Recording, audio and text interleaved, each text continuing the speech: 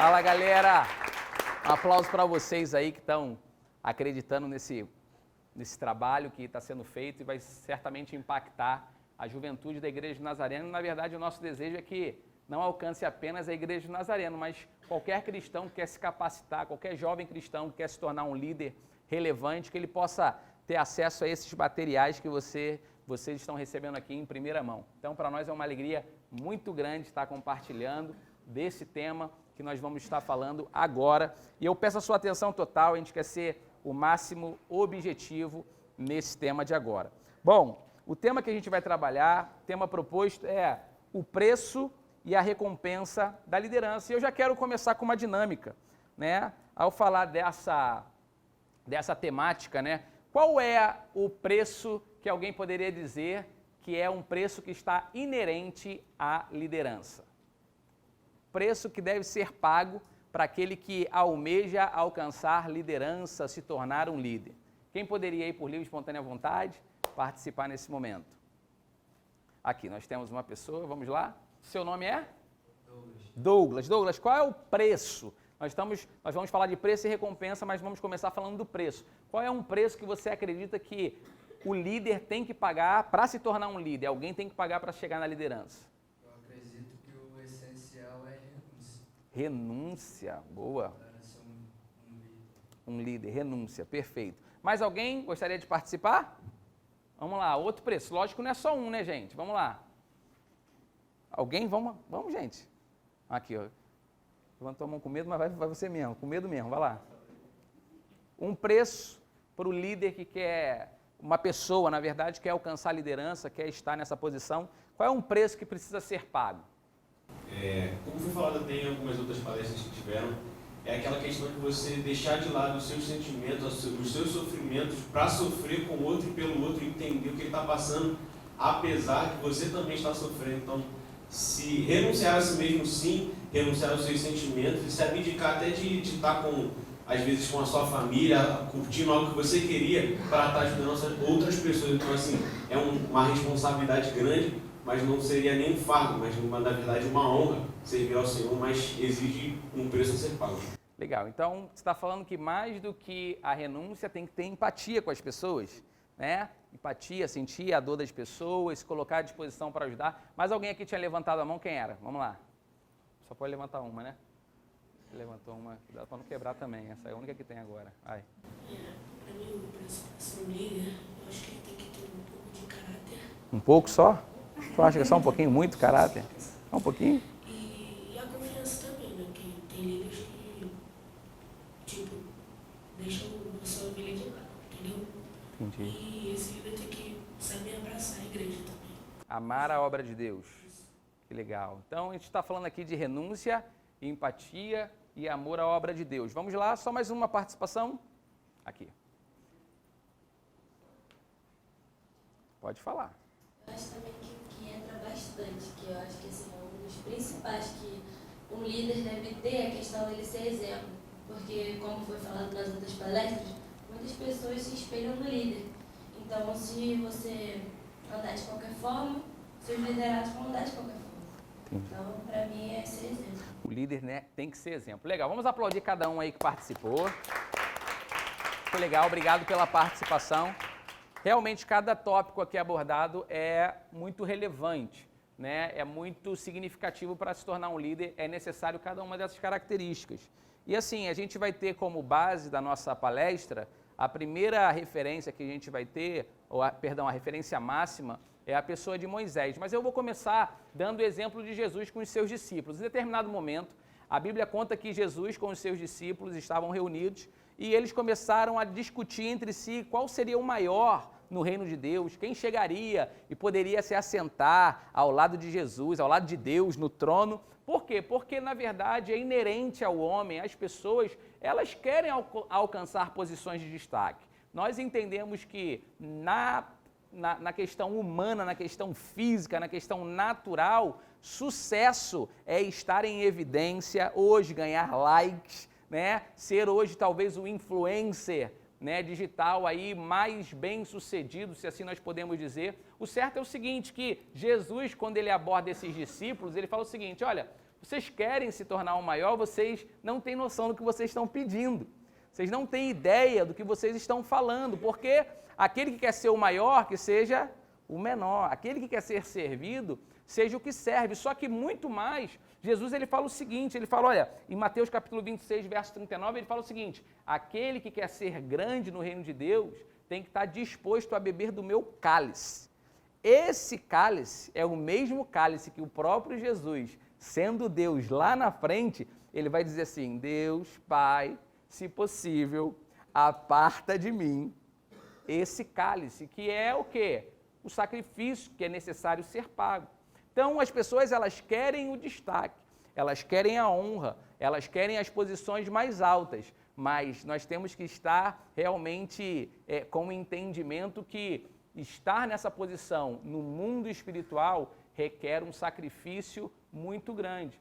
Requer beber do cálice de Jesus, que, na verdade, significa beber dos seus sofrimentos, participar das suas dores, não fisicamente como aquele que foi torturado para chegar numa cruz, mas o preço que nós vamos estar falando aqui em alguns pontos que é necessário que nós, como líderes, possamos pagar. Então, assim, o último preço da liderança que a gente vai tocar antes de entrar na história de Moisés é o preço que Paulo ele cita nas suas cartas ali, quando ele vai dizer aos Gálatas, no capítulo 2, verso 20, Paulo vai dizer o seguinte, olha, eu estou crucificado com Cristo, já estou crucificado com Cristo, e vivo, não mais eu, mas Cristo vive em mim. E a vida que agora vivo na carne, vivo-a na fé, no Filho de Deus, o qual me amou e se entregou a si mesmo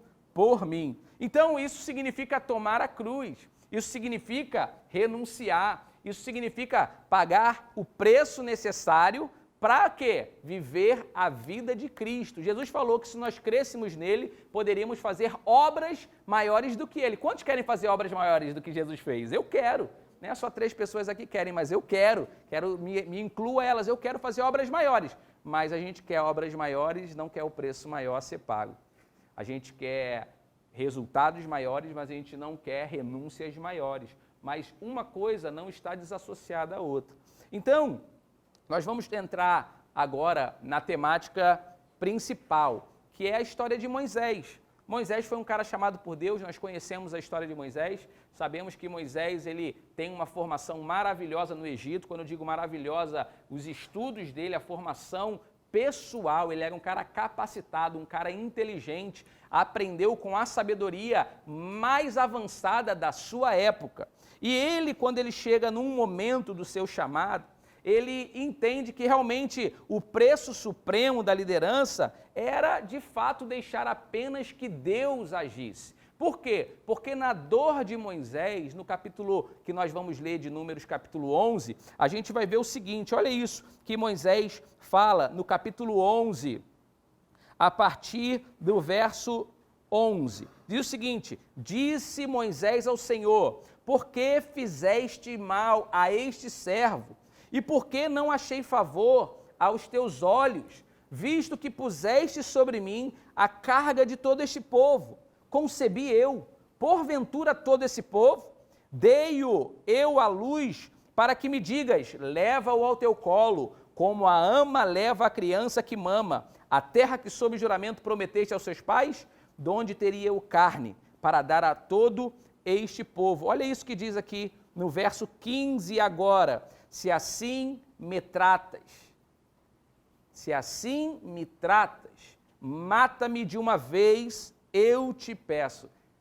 Você acha que o peso da liderança de Moisés era um peso de uma liderança de juventude? Peso de uma liderança que está começando numa igreja local? Sem noção do que é dirigir 2 milhões de pessoas aproximadamente no caminho do deserto, não apenas guiá-los nesse caminho, mas tirá-los do Egito e ainda ter que suportar o Egito que estava neles.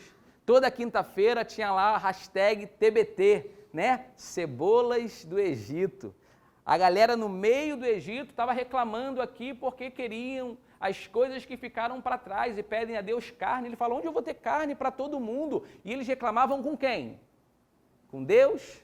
Não, eles iam direto ao líder, de maneira que isso se tornou um fardo tão pesado para Moisés, que Moisés fala assim, Senhor, tira a minha vida, eu não estou aguentando a pressão. E essa palavra pode parecer a princípio uma palavra de desânimo, né? Pois então, para que eu vou querer me meter com liderança se o que está me esperando é uma dor, é um sofrimento? Mas eu quero te dizer, vale a pena se colocar em obediência à vontade de Deus. Não existe nenhum grande homem de Deus, não existe na história nenhuma grande mulher de Deus que não teve a sua vida pautada na obediência. Escute isso, o milagre que todos nós precisamos, não só na vida pessoal, mas na vida ministerial, no chamado, só vai acontecer no caminho da obediência. Obediência não é uma atitude, obediência é um estilo de vida, é a jornada que nós precisamos tomar. E Moisés, ele aceitou esse desafio.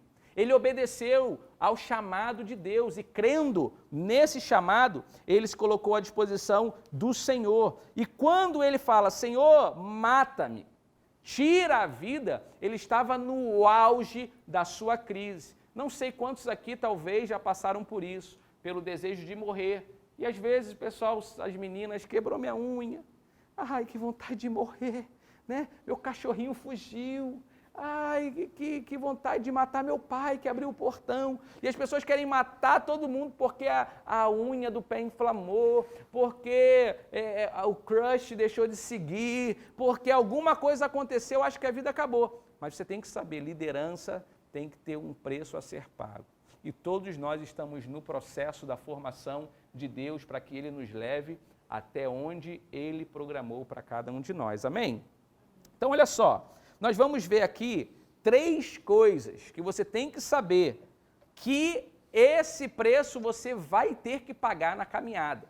Se você quer estar nessa posição, se você quer se apresentar diante de Deus nessa posição, você vai se deparar com certeza com essas 3 coisas. A primeira dela é o líder vai se deparar com murmuração. O povo vai murmurar. O povo vai apontar o dedo. Vai ficar falando mal. Por quê? Porque naturalmente a posição de liderança coloca a pessoa em destaque. Naturalmente a posição de liderança dá e traz evidência ao líder ou à líder. Automaticamente é mais fácil que falem de quem está em evidência. Por que a Bíblia fala, ferirei o pastor e as ovelhas se dispersarão? Por quê? Porque o diabo está muito mais interessado em fazer líderes caírem. Ele está muito mais interessado em fazer autoridades caírem. Sabe por quê? Porque se um membro da nossa igreja que apenas chega para o culto, não tem compromisso, não tem comprometimento com a obra, não é referência para ninguém, se ele cai, se ela cai, um exemplo, uma jovenzinha, 16 anos, chega grávida, aparece grávida, e ela não tinha nenhum ministério na igreja, qual é o escândalo que isso vai trazer para o corpo de Cristo? Não vai trazer escândalo, vai trazer tristeza. As pessoas vão dizer, que pena, poxa, uma menina tinha um futuro, né? Aqui eu ouvi as mensagens, que pena que ela não quis obedecer, e as pessoas vão, no máximo, se compadecer e devem, né, oferecer ajuda a ela. Agora, te pergunto, se o pastor de jovens, se o líder de jovens cai, ele engravida essa menina, seja ele solteiro, seja ele casado, não importa, isso acontece. O que os jovens vão dizer? Estou aqui pagando o meu preço, estou aqui abrindo mão do pecado, esse cara já pregou para mim várias vezes que eu não posso fazer, e ele estava fazendo isso? Ah, meu irmão, para que eu vou ficar me matando aqui se nem o líder consegue? Para que eu vou ficar pagando esse preço se nem o pastor consegue? O que acontece? O diabo ele entra nisso e ele faz com que as ovelhas se dispersem. Então eu te afirmo, para um líder, as tentações, elas vêm com muito mais força. As dificuldades, elas vêm de maneira muito mais forte. Você tem certeza que você quer ser um líder? Você tem certeza que você quer se colocar nessa posição? Eu te digo, Murmuração faz parte, as pessoas vão falar de você. Se o seu cabelo é maneiro, se a sua roupa está em dia, se você falou direito, se você conjugou um verbo errado, se você trouxe uma palavra e naquele dia talvez você não foi tão feliz na sua colocação, se te interpretaram errado, se você falou certo, mas entenderam errado, vão falar de você. E olha isso que acontece, os líderes sempre darão o que falar. Agora, nós precisamos entender que quando chega em Números, capítulo 12, verso 1, os irmãos de Moisés falaram dele. Olha o que diz no capítulo 12 de Números, no verso 1, Arão e Miriam falaram de Moisés. Então, olha isso, não tem a ver com eles terem falado com Moisés coisas que eles não concordaram. Significa que eles falaram de Moisés. Com quem falaram, não sabemos. Qual proporção isso ganhou na congregação, nós não sabemos. Mas se os irmãos de sangue de Moisés murmuraram contra ele, e a diferença da murmuração é que a gente não faz a murmuração para a pessoa na qual nós estamos murmurando, a gente sempre murmura para outros ou internamente. O que é o murmúrio? O murmúrio é aquele balbuciar da boca, às vezes baixinho, às vezes perto, só para quem está próximo ouvir. Essa palavra está chata pra caramba.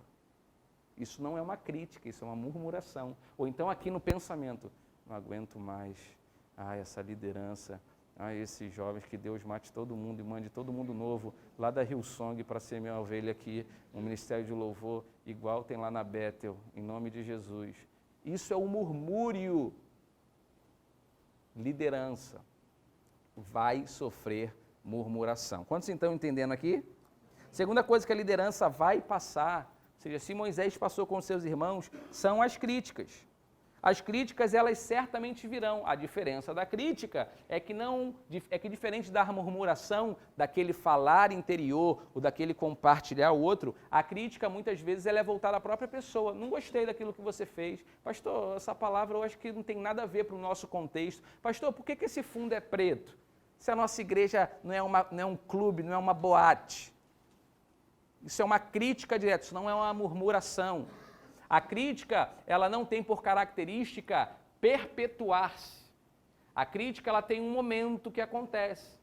Quando aquilo se estende e a pessoa vai levando essa crítica ao longo dos anos, ao longo do tempo para outras pessoas, essa crítica se volta à primeira característica, a murmuração. Mas a crítica, por característica inicial, ela é o não gostei do seu cabelo. Não gostei, acho que ficava melhor natural. Sua raiz tão bonita, você matou a sua raiz fazendo essas luzes no seu cabelo. Isso é uma crítica naquele momento. Nós, como líderes, vamos passar por isso. Eu me lembro no meu primeiro ano como presidente distrital de jovens, a gente foi fazer uma vigília. E o primeiro ano, a gente acha que vai mudar o mundo. A gente acha que agora, né?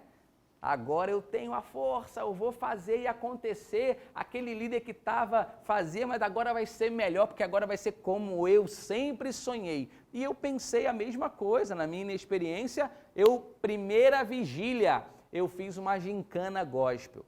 Imagina uma vigília onde os jovens chegam, ou então os pais enviam os jovens para uma vigília a fim de orar, a fim de falar com Deus, a fim de saírem cheios do Espírito Santo. Eu falei, teve um momento de louvor, teve uma breve devocional, meditação, e eu falei, está aberta a largada da gincana da vigília. O que eu fiz? Eu falei, cada um que entrou recebeu uma cor uma pulseirinha de cores diferentes, 6 cores. Então agora da sua cor você vai sentar, amarelo aqui, distribuir as cores. Primeira brincadeira da vigília, olha isso, corrida do saco. E lá na igreja são corredores e a galera na vigília, corrida do saco. Segunda brincadeira, ponto para o grupo tal, nas alós, não sei queimado. Depois que aconteceu isso, segunda brincadeira, corrida do ovo. Ei, pessoal, com ovo na boca. Terceira brincadeira, show do crentão. Né? Aí era tipo o show do milhão, chamei 3 seminaristas, ficaram sentados como se fossem os universitários. perguntas bíblicas, perguntas de canções, perguntas da história da igreja. Enfim, na minha cabeça foi um sucesso, as pessoas brincaram, as pessoas se divertiram, e lógico, a gente teve um momento sim de oração, a gente teve sim um momento da palavra, mas o que acontece quando teve a primeira reunião de pastores, e eu cheguei lá, eu comecei a ser criticado pelos pastores, que me conheciam a vida toda. Poxa, eu não envio meu jovem para ficar corrida do saco, eu não envio meu jovem para ficar corrida do ovo. E aí, teve um que brincou comigo assim, e aí, como é que foi o culto do Gugu aqui na última sexta-feira? Caramba, aquilo me ofendeu. Por quê? Porque na minha cabeça estava fazendo o melhor, na minha cabeça, Deus me deu até uma resposta para aquilo. Eu falei assim, na época existia uma casa de festa muito famosa aqui na região, chamada Via Show. Eu falei assim, pastor, melhor ele na corrida do saco na igreja, que na Via Show pegando a mulherada toda. Melhor ela aqui na corrida do ovo, que na rua aí fazendo e acontecendo com qualquer outra pessoa e quem sabe aí se desviando do evangelho. Então Deus até me deu uma resposta, um conforto, mas eu aprendi que a crítica ela é parte do trabalho. Por mais que você faça o seu melhor, por mais que você venha com a melhor das intenções, a crítica ela está inerente. E Moisés, ele tomou uma decisão, ele decidiu se casar com uma mulher cuxita. E essa mulher cuxita era uma mulher de outra raça. As pessoas acreditam que os cuxitas eram os etíopes. Então, os etíopes eram pessoas que não adoravam ao Deus que nós servimos. Por isso, não era aconselhável que alguém se casasse com uma mulher de outro povo. Moisés, o que ele faz? Ele toma essa decisão de casar-se com uma mulher de outro povo. Uma raça diferente, era uma mulher negra. Os judeus não são negros por natureza. E aí não é por preconceito de cor, mas é porque não tinham os mesmos princípios que o povo de Deus tinha. O que acontece? A partir disso, Arão e Miriam encontram lugar para murmuração e para crítica a Moisés. Tem noção, os irmãos de sangue,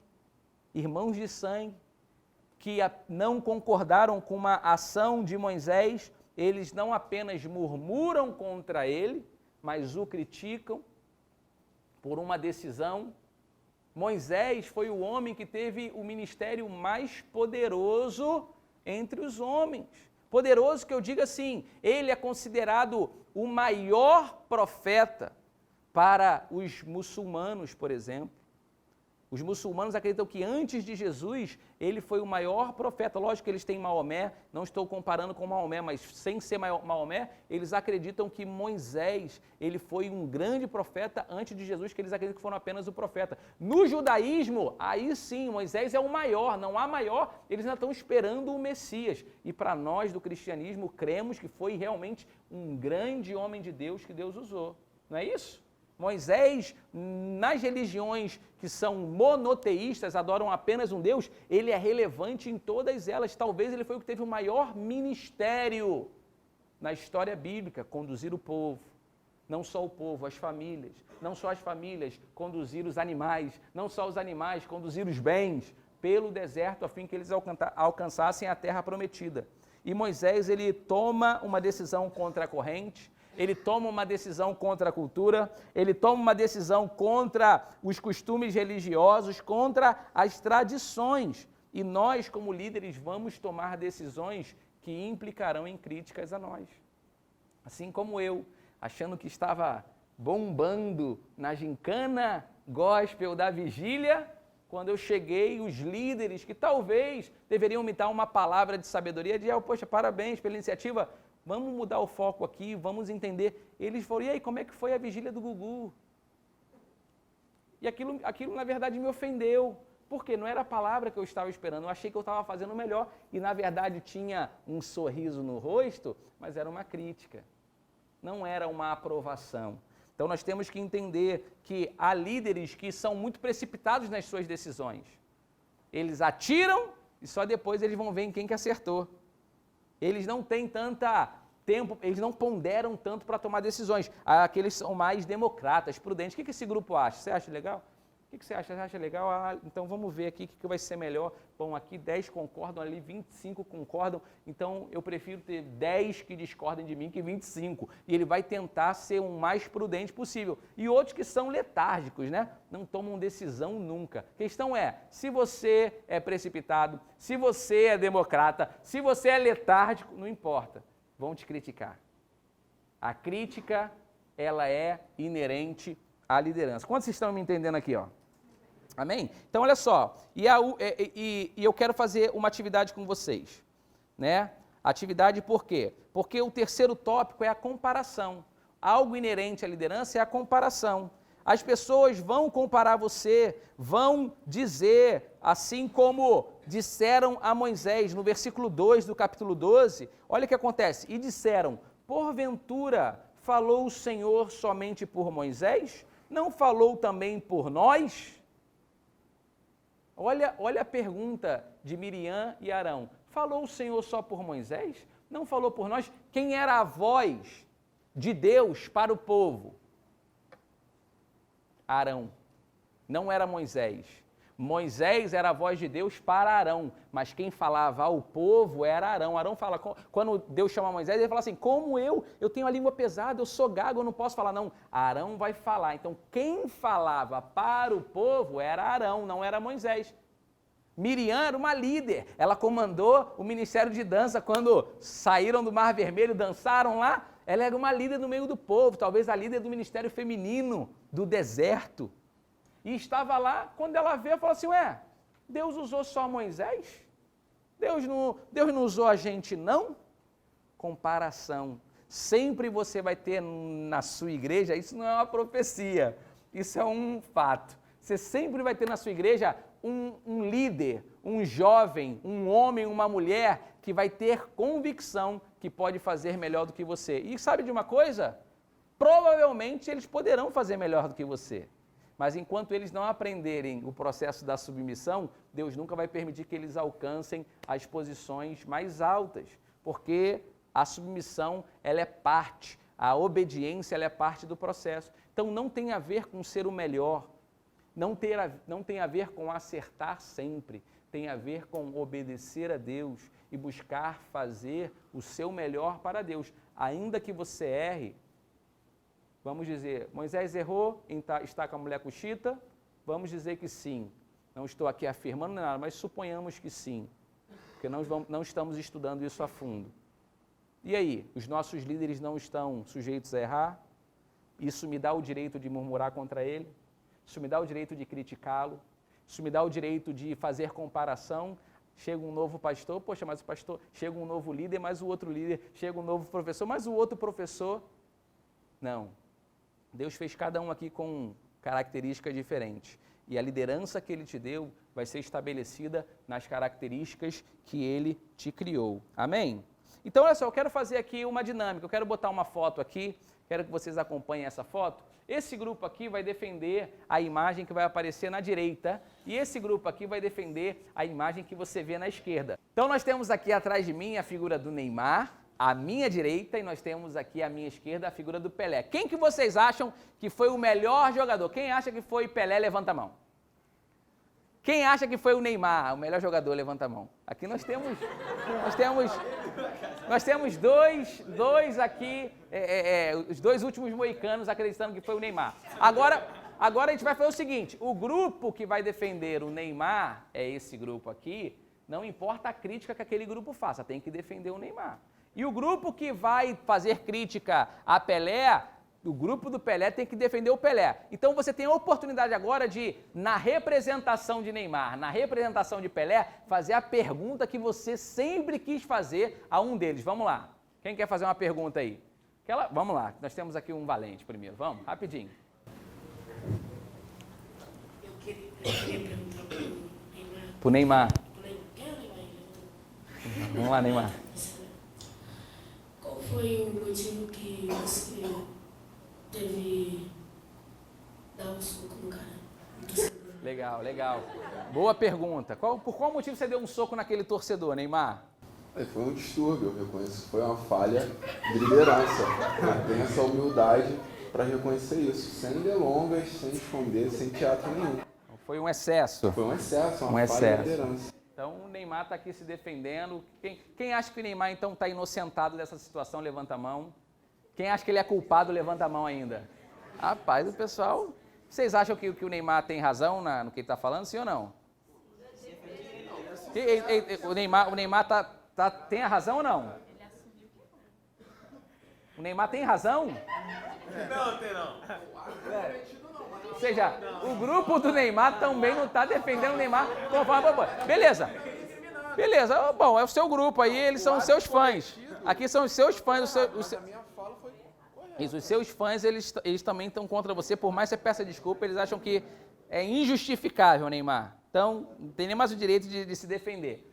Então, mais alguma pergunta para o Neymar ou para o Pelé? Mais alguém quer fazer uma... Vamos lá. Uma pergunta aqui.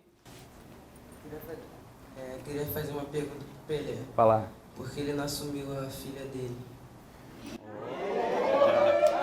Pelé, você teve uma filha, você não assumiu. Olha, segundo fonte, tá na internet, é verdade. Então, você não assumiu sua filha. Pelé, por que você não assumiu sua filha? Bom, foi um momento bem complicado. O que eu posso dizer? Eu vou dizer que foi um erro, mas não erro gerar na menina, foi um erro da minha parte de não ser responsável o suficiente para assumir a responsabilidade pela filha dela. Eu não tinha maturidade para fazer isso naquele momento. Olha. Quem aqui perdoa o Pelé depois dessa justificativa? Levanta a mão. Quem acha que ele continua sendo errado na história? Beleza, vamos aplaudir o Neymar e o Pelé. Vamos aplaudir, vocês podem voltar, Neymar e Pelé. Então, olha só. Por que a gente está trazendo essa abordagem de Neymar, Pelé, Pelé, Neymar? O que Pelé e Neymar tem a ver com o nosso treinamento de liderança? Nada. Por que nós estamos falando deles? Porque estar em evidência vai sempre gerar murmurações, críticas, comparações. Quem era o melhor? Todo mundo foi por Pelé. Comparando em comparação ao Neymar, todo mundo aqui, com exceção de dois que estão indo contra, são os do contra, né? Viraram a casaca na segunda vez que perguntamos. Não, Pelé foi o melhor. E, na hora de fazer a pergunta, até o grupo que eu falei, tem que defender o Neymar, acusou o Neymar e deu causa perdida. Ainda que ele tenha sido homem para falar assim, foi um erro, foi um equívoco, ainda que ele tenha se exposto, pedido desculpa e falado, eu me excedi. Por quê? Porque estar em evidência vai estar inerente. Murmurações, críticas e comparações. Quantos estão entendendo isso aqui? Então, só para a gente entender, atitudes que o líder não precisa tomar na sua posição. O líder não precisa defender-se a si mesmo. Um líder relevante, um líder transformador, não tem que ser o seu próprio juiz, não tem que ser o seu próprio advogado, não tem que ficar tentando justificar-se. Moisés em nenhum momento tentou justificar-se. Moisés não chegou, Arão, Miriam, vamos fazer uma reunião de família aqui, por favor, vamos sentar, meus irmãos, eu amo vocês, por que vocês estão falando mal de mim? Por que vocês estão murmurando, me criticando? Por que vocês estão fazendo comparação? Vocês também são homens de Deus, eu reconheço. Moisés em nenhum momento ele se calou. Moisés se calou. Por quê? Porque quando o líder está comprometido com a obra de Deus, a obra é de Deus e Deus defende a sua obra. Então, olha o que a palavra vai nos mostrar, o que acontece quando fala nesse texto de Números, capítulo 12, fala que quando Arão e Miriam falam de Moisés, vai dizer o seguinte, Deus ouviu. Isso é poderoso. Não diz Moisés deu ouvidos, não diz isso chegou aos ouvidos de Moisés, diz Deus ouviu. Ainda que uma crítica chegue até você através da sua liderança, através das suas atitudes, das suas escolhas, ainda que elas fossem equivocadas. Eu não estou falando de pecado, gente, estou falando de se equivocar, tomar uma atitude que não foi a melhor para o momento. Estou falando, você pecou, caiu em pecado e quer. Não, eu estou defendendo a minha liderança. Não, aí você tem que entregar a sua posição por ética e falar assim, olha, não estou em condições nesse momento de continuar. Vocês não podem me criticar, me murmurar, vocês não podem falar contra mim, porque Deus me defenderai. Não pode. Na verdade, o que você vai fazer? Se você não é questão de pecado, você vai falar, você não vai se defender. Deus, ele defende os seus. Primeira coisa que um líder relevante, um líder transformador, ele não precisa se defender. E não precisa também, segunda coisa, não precisa manipular os outros para que outros o defendam. Então, o que acontece? Muitas vezes eu não tomo uma postura pública de falar assim, olha, estão falando a meu respeito, eu quero deixar público aqui a minha indignação, eu me defendo, eu isso e aquilo. Não, mas às vezes ele não faz isso, mas ele vai no grupo dele e fala assim, poxa, o pessoal está falando, né? Você sabe que aquele que falou, ele não pecou, não tem 2 meses que ele estava... A gente pegou aquela foto dele na balada, aí ele começa a manipular outros para que outros o defendam. Moisés não foi atrás de ninguém, não foi atrás dos seus líderes, dos anciãos do povo, a fim de que eles pudessem defendê-lo e não manipulou as pessoas. Essas 2 atitudes, elas são atitudes relevantes para o líder que é transformador. Não precisa se defender, porque a obra de Deus é Ele quem defende. Não precisa manipular outros para que outros te defendam, porque a obra é de Deus e Ele defende os seus. E por último, eu quero apenas mencionar 3 atitudes que o líder transformador deve ter, 3 posturas que o líder transformador precisa ter para que ele possa ser de fato relevante e fazer a diferença no seu contexto. O primeiro é humildade. A Bíblia vai dizer para a gente em Números capítulo 12, verso 3, fala que Moisés era um homem muito humilde e que não havia sobre a face da terra homem tão pacificador, tão manso, tão humilde como Moisés. Você tem noção de uma humildade dessa? Deus falar na sua palavra não existia na face da terra, na época de Moisés. Não está falando assim, não existia no povo, não existia na face da terra. Todos os homens que existiam, o mais manso, o mais humilde era Moisés. Então, a humildade é o que Cristo exibiu como cordeiro. Em Isaías 53, versículo 3 diz, ele foi como ovelha muda aos seus tosquiadores. Nós precisamos ter isso em mente, que a humildade não é pensar menos de si mesmo. Humildade não é falar assim, não, eu sou um coitadinho, não, eu não tenho capacidade, não é que eu estou começando agora, eu não sei nada. Não é você se colocar em menos. Humildade é pensar em si mesmo menos do que pensa nos outros. Humildade é colocar sempre o outro como maior, não necessariamente se imaginar o menor, mas ser servo dos outros. Assim como Jesus foi o nosso maior exemplo, o Filho do Homem não veio para ser servido, mas veio para servir, Moisés nos dá esse exemplo. Segunda coisa que a Bíblia fala sobre Moisés, Moisés foi fiel. Olha Números capítulo 12, verso 7. Não é assim com o meu servo Moisés, é fiel em toda a minha casa. Moisés era fiel em tudo que ele havia se comprometido com Deus. Quando nós somos líderes transformadores, nós vamos aprender a sermos humildes e fiéis. São características imprescindíveis. Fiel com o seu tempo, fiel nas suas finanças, fiel na palavra de Deus, na pregação, na missão, fiel nos seus relacionamentos, seja ele conjugal, seja ele no namoro, seja ele com amigos. Fidelidade é pré-requisito para um líder que quer estar envolvido com as coisas de Deus. E por último, o líder tem que ser consagrado.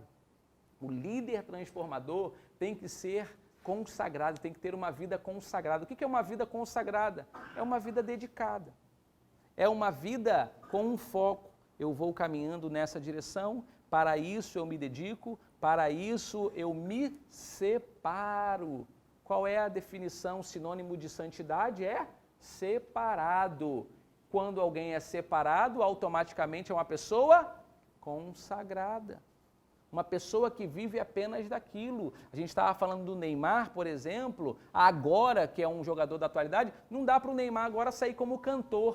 Agora o cantor Neymar, você consegue imaginar?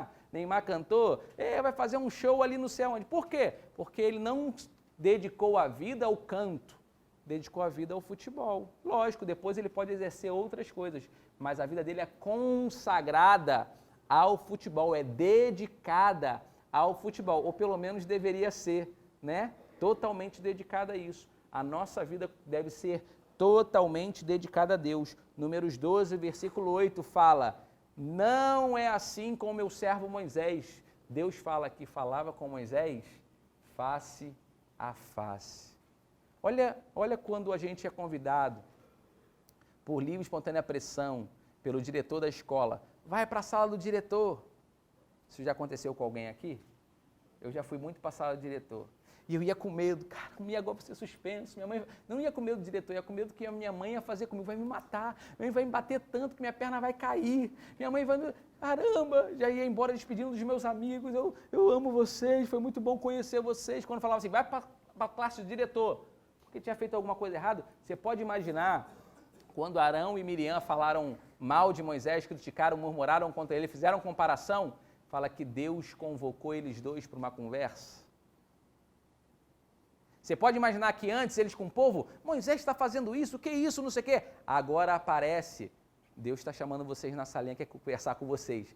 Consegue imaginar eles indo para a reunião com Deus? Só Moisés entrava na presença de Deus, a Bíblia fala que Deus desce com uma nuvem densa, chama eles para dentro da nuvem. Vamos conversar aqui.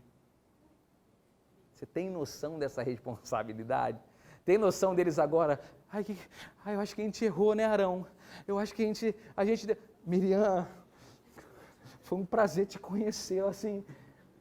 Você tem noção que Aí eles falam assim, olha, aos meus profetas, Deus fala para Arão e Miriam, aos meus profetas eu falo através de sonhos, de visão, através de mensagem, através de um anjo. Não é assim com meu servo Moisés. Eu falo face a face com Moisés. Você tem noção dessa liderança de Moisés? Face a face. Por quê? Uma vida consagrada. Moisés não foi aquele que subiu ao monte e ficou em jejum 40 dias, numa reuniãozinha com Deus. Não foi aquele que largou o Egito e diz em Hebreus que, preferindo ser escravo com o povo de Deus, largou as iguarias, as riquezas do Egito. Uma vida consagrada. Conclusão, essa é a maior recompensa da liderança. É ter um Deus que é por nós, que nos abençoa, que nos guia, que nos defende e que é o nosso pastor. E nele nada nos faltará. Deus abençoe vocês.